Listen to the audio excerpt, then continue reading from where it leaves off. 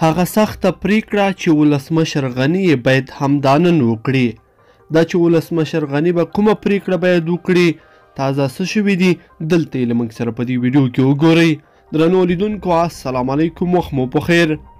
کله چې اشرف غني د افغانستان ولسمشر شو نو پریکړه یې وکړه چې د طالبانو قضیه د پاکستان سره یو طرفه کړي. هغه په دې مقصد باندې پاکستان ته سفر وکړ او هلته یې د دې هیواد له مشرانو او د واک له څښتنو څیرو څخه وغوښتل چې د طالبانو خبره دې نور یو طرفه شي. ولسمشر غني په دې ډول غوښتل د پاکستان غوښتنې دقیقې واوري او د طالبانو موضوع یو مناسبه جوړجاړي ته ورسوي. خو د پاکستان له لوري بیا هم د اشرف غني سره لوبه وشوه. پاکستان هغه وخت هم ولسمشر غني ته غوړې وعدې ورکړې، خو د عمل په میدان کې بیا هم پاکستان د طالبانو هماغه ډول ملاتړ کاوه او په افغانستان کې د جګړې ورځ تر بلې زور اخیسته.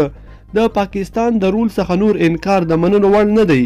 کیدای شي اوس هم ځینې خلک شتون ولري چې وایي پاکستان د طالبانو څخه ملاتړ نه کوي او یا په دوی تاثیر او کنټرول نه لري.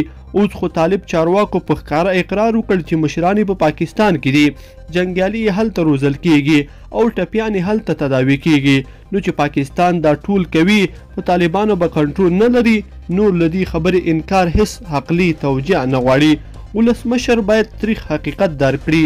څو موده وړاندې چې د پاکستان صدر اعظم عمران خان کابل ته سفر کړی و، نو ولسمشر غني ورته ډیر ګرم ښه راغلاست وویل چې هیڅ کار نه و. ملت دا ښه راغلاست خوښ نه کړ او په خلاف یې خپل غږ اوچت کړ. ولسمشر غني نه یوازې د پاکستان د صدر اعظم ډیر ګرم ښه راغلاست تاواني کړ، بلکې د ورسره ځینې تړونونه هم لاسلیک کړل. داسې خبرې هم کیږي چې ولسمشر غني په دې شرط چې پاکستان په طالبانو فشار زیات کړي، پاکستان ته ځینې امتیازونه منلي دي.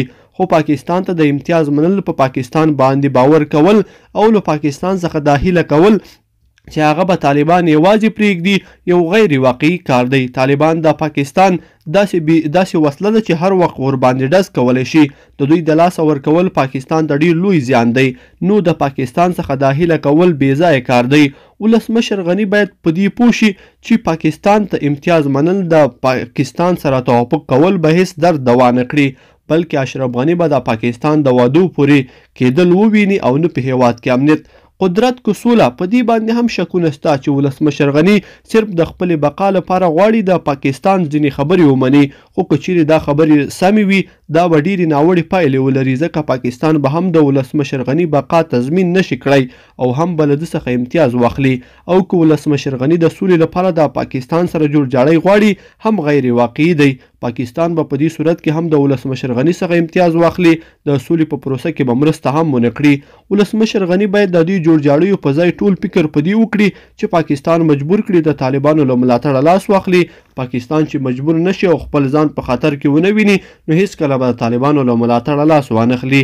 لیدونکو په دې هیله چې دا ویډیو به مو تر پایه لیدلی وي. که مو دا ویډیو خوښه شوې ویډیو لایک کړئ او چینل سبسکرایب کړئ.